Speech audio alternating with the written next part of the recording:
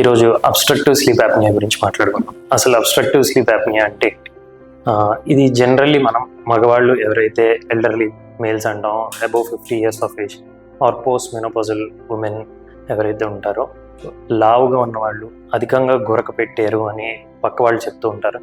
లేదంటే వైఫ్ కానీ ఎవరో ఒకరు పడుకున్నప్పుడు ఊపిరి ఆగిపోయినట్టు చేశారు అని చెప్పి కంప్లైంట్స్తో వస్తుంటారు.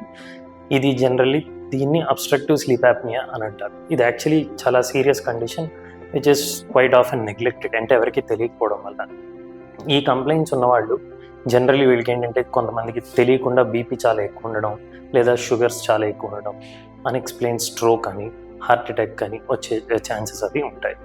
ఎలా డయాగ్నోసిస్ చేస్తారు అంటే, స్లీప్ స్టడీ అనే టెస్ట్ చేస్తే దాని ద్వారా మనకి అసలు ఏ లెవెల్లో మనకి అసలు ప్రాబ్లం ఉంది అన్నది తెలుస్తుంది.